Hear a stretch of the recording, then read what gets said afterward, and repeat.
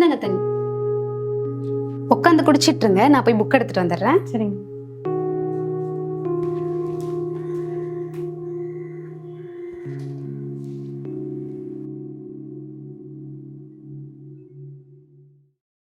ஏய், யார் நீ?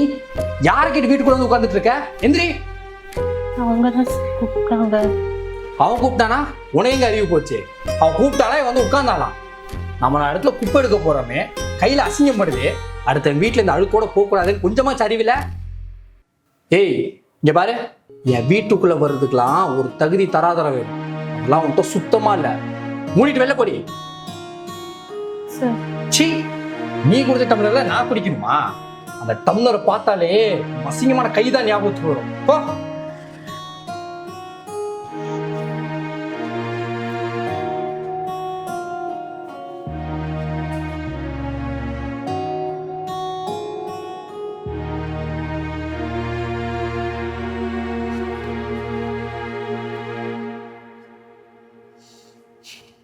எங்க அந்த பொண்ணு எங்க?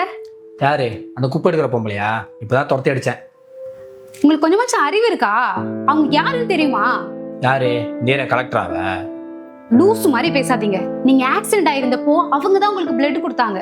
அவங்க பையனுக்காக புக் எடுக்கலான்னு போனேன். நான் தான் உங்களை கூட்டிட்டு வந்தேன். எத்தனை நாளா அவங்கள பார்க்கணும்னு சொல்லிட்டு இருந்தீங்க. சின்னடி சொல்ற? இதை முன்னாடியே சொல்லி தொலைய மாட்டியா? அவங்க என்னை பத்தி என்ன தப்பா நினைச்சிருப்பாங்க? உங்ககிட்ட நான் பல டைம் சொல்லியிருக்கேன், ஒருத்தவங்க பாக்குற வேலையை வச்சு அவங்களை எடை போடாதீங்கன்னு. எல்லா தப்பும் என் மேலதான். நான் அவங்க கிட்ட மன்னிப்பு கேட்கணும்னு நினைக்கிறேன். அவங்க எங்க இருப்பாங்க? சொல்லு சுப்பு. இங்க பக்கத்து ஏரியால தான் தூய்மை பணியாளரா வேலை பாக்குறாங்க. அவங்க கிட்ட போய் மன்னிப்பு மட்டும் கேட்டு வந்துடுறேன். அக்கா, என்ன மன்னிச்சிருங்கக்கா. தம்பி அக்கா, என்ன மன்னிச்சிருங்கக்கா. நீ போய் என் காலில் விழுந்து விட்டு. நீங்க மட்டும் இல்லைன்னா நான் உயிரோடயே இருந்திருக்க முடியாதுக்கா. என் குடும்பம் நடுத்தருக்கு வந்திருக்கும். தம்பி, என்னப்பா நீ பேசின தப்பு நினைச்சு என்கிட்ட மன்னிப்பு கேட்டல, அது போதும். எங்களை மாதிரி குப்பை எடுக்கிறவங்களெல்லாம் பார்த்து ஒரு மாதிரி பார்ப்பாங்க. ஆனா எங்களுக்கு இதெல்லாம் பழகி போச்சுப்பா.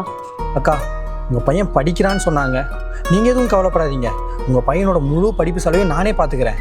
பரவாயில்ல, இருக்கட்டும்ப்பா, நான் பாத்துக்கிறேன். பரவாயில்லக்கா, என் உயிரே காப்பாத்திருக்கீங்க. நான் இது கூட உங்களுக்கு பண்ண மாட்டேனா? நீங்க பேசுனது தப்பு நினைச்சு மன திருந்துனீங்களே, அது எனக்கு போதும்பா.